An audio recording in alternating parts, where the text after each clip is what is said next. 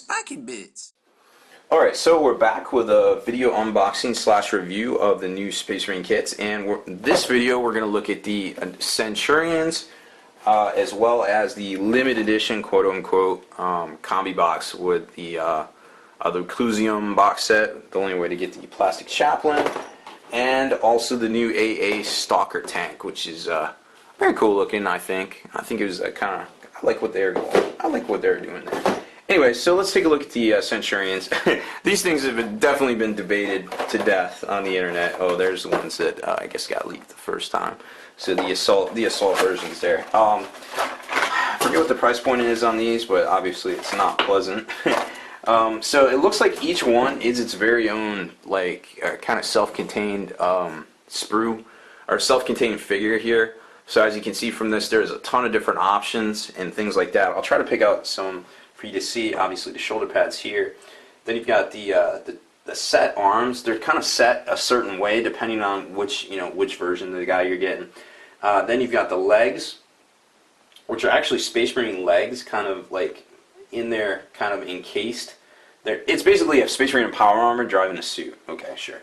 Then you've got the top piece here, kind of like the mantle or cowl, where you've got these piston-like things, and they also actually attach to the feet as well. There you can see a better look at the front feet. I think that's the piston. Is that the piston? Yeah, that's the piston there. So it's very similar to a Dread Knight. It's kind of like a little mini Dread Knight that a power armor dude kind of jumped in the back. I guess they're technically by the fluff, they're Devastators. So there's sprue 1, sprue 2. Oh, there's sprue 2, and sprue 3. Right there. It only looks like one of these sprues is identical, which is kind of interesting because that definitely saved Games Workshop some money. Actually, none of these are identical. I probably should. Yeah, that's right. So these two here are identical, and this one isn't. So it's a 3-sprue kit with 2 identical sprues. So, anyways, obviously computer generated. So there you go. That's kind of a look. Now I wanted to kind of show you some of the different poses. Okay, so like I was saying, the arms are basically locked in a position, but then you can equip whichever weapon, either, kind of whichever way you want to go with the weapon. So there's, arms locked in place, but basically 3 different weapon options there. So that's kind of cool to see. And then a couple other shots I wanted to show you. Let's take a look. Where is it? Just kind of like how they go together. There's just kind of the beginnings of it, or I guess that's before you put the arms on. The thing I really wanted to show you was how the Marine kind of attaches in there. Here you go. So this kind of reminded me of the Dread Knight a bit, where you basically attach the pistons, and that's the back looking forward, where you can kind of see the power armor torso legs there. And it's just kind of neat to see, like, kind of thought process. What they were trying to do there and kind of going with it. Next up is the Clusium Command Squad, and I don't know, I was just going to do this whole thing on it, but basically I'll just pull it out here. So here it is.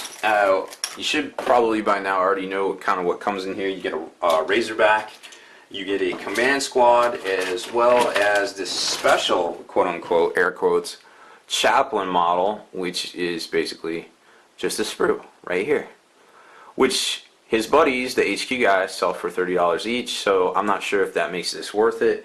I haven't done the price point on it, on this actual squad, but I guess, they're still valuing it right at or around $30. So I don't know what the play is on this.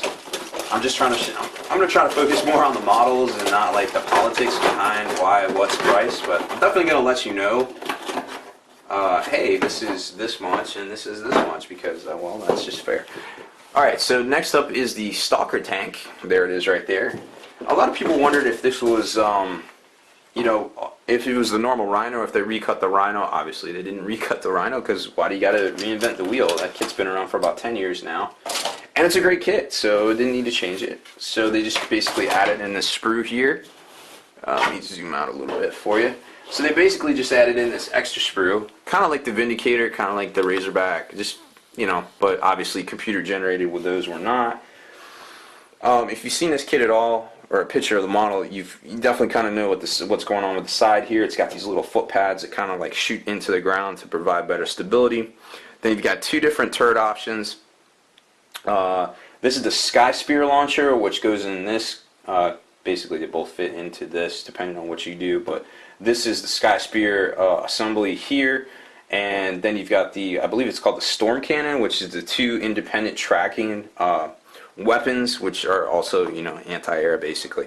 And then all the different little things that go, you know, to go together into it and build up those weapons. So a lot of people out there were wondering if, you know, they could just basically put it in the Rhino, the Razorback hole there that, you know, we've seen so many years for like the Predator and things like that, but obviously you can't. It is too big. It's almost like they knew that. And then you've got this piece here, which is the, you know, goes into there for the Sky Spear. It also will not fit that. So you're going to have to come up with a little bit creative, I don't know, converting if you're going to try to use both, buy one kit and try to make 2 kits out of it. Obviously, Games Workshop probably didn't want you to do that, but we're all going to try anyways, because I don't know how much this kit is, but hey, why not? Less stuff we got to buy, and more we can afford for other toys. So that's pretty much it for all of the kits. I hope you enjoyed my video unboxings. I try to keep them as brief as possible because, well, I get to rambling sometimes, and with the loss of bits and a lot of stuff that I used to enjoy and do, it's just, it's better if I don't talk about it sometimes. So hopefully you found my video unboxings useful, and I'm definitely going to try to get some stuff together here to show off and some conversions and such like that here in the near future. I'm MBG. Thanks for watching my video. Spiky Bits.